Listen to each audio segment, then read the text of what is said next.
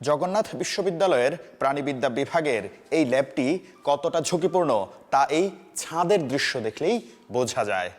এই ছাদ থেকে পলেস্তরা খসে পড়ে আহত হয়েছেন এই বিভাগের একজন কর্মচারী। যে কোনো মুহূর্তে ঘটতে পারে বড় ধরনের দুর্ঘটনাও। শুধু এই ল্যাব নয়, জগন্নাথ বিশ্ববিদ্যালয়ের ভাষা শহীদ রফিক ভবন, অবকাশ ভবন সহ মোট 4টি ভবন অতি ঝুঁকিপূর্ণ।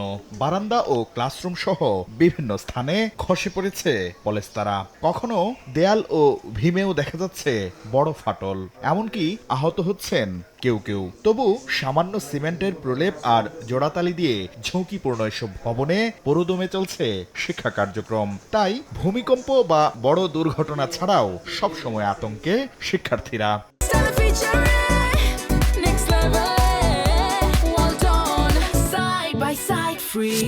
আমরা ক্লাস করতে করতে ভূমিকম্প ছাড়াও কিন্তু আমাদের উপরে বিভিন্ন সিমেন্টের যে দলাগুলো আছে ওগুলো কিন্তু ধসে পড়ে। আমরা খুব আতঙ্কিত।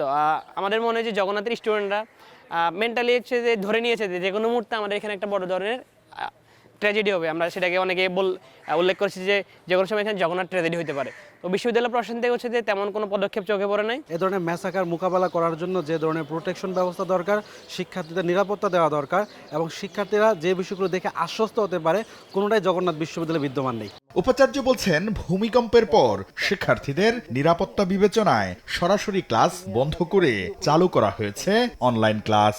বিগত সময়ে তেমন কোনো ব্যবস্থা নেওয়া হয়নি। তো আমরা ইতিমধ্যে এই বিল্ডিংগুলোতে কিছু কাজ করেছি এবং রেট্রোফিটিংয়ের জন্যে পুরো বিল্ডিংগুলোকে রেট্রোফিটিংয়ের মাধ্যমে উপযুক্ত করে তোলার জন্যে একটা পরিকল্পনাও আমরা অলরেডি প্রণয়ন করেছি একটা ফার্মকে দিয়ে। শুধু এই বিশ্ববিদ্যালয় নয়, একই অবস্থা সরকারি কবি নজরুল কলেজেরও। সেখানেও প্রায় সবগুলো ভবন ঝুঁকিপূর্ণ, তবে টনক নড়ছে না কর্তৃপক্ষের। 2023 সালে আরবান রেজিলেন্স প্রকল্পের আওতায় 2705টি শিক্ষা প্রতিষ্ঠান জরিপ করে 187টি ভবনের রেট্রোফিটিং বা সংস্কার এবং 42টি ভবন পুরোপুরি ভেঙে ফেলার নির্দেশনা দেয় রাজধানী উন্নয়ন কর্তৃপক্ষ রাজুক। কিন্তু ঝুঁকিপূর্ণ এসব ভবন এখনো দেদারসে ব্যবহার করা হচ্ছে। এ অবস্থায় নগর পরিকল্পনাবিদরা বলছেন, রাজুক শুধু তালিকা তৈরি করে থেমে যাওয়ায় এসব ভবন এখনো রয়ে গেছে। ঝুঁকিপূর্ণ ভবন মানে সাধারণ অবস্থাতে সে কলাপস করতে পারে। সেজন্য অবশ্যই আমাদের এটাকে নোটিশটাকে আমলে নিয়ে আমাদের এই শিক্ষা প্রতিষ্ঠানগুলোকে ব্যবহার বন্ধ করতে হবে। আর যদি সেটা প্রতিষ্ঠানগুলো করতে ব্যর্থ হয়, অবশ্যই রাজুককে তার উপর যে অর্পিত দায়িত্ব সেটা জনগণের জীবন রক্ষার্থে সেটা প্রয়োগ করতেই হবে। রাজুক জানিয়েছে, বারবার চিঠি পাঠানো হলেও কোনো ব্যবস্থা নেয়নি প্রতিষ্ঠানগুলো। শাকির আহমেদ, সময় সংবাদ, ঢাকা।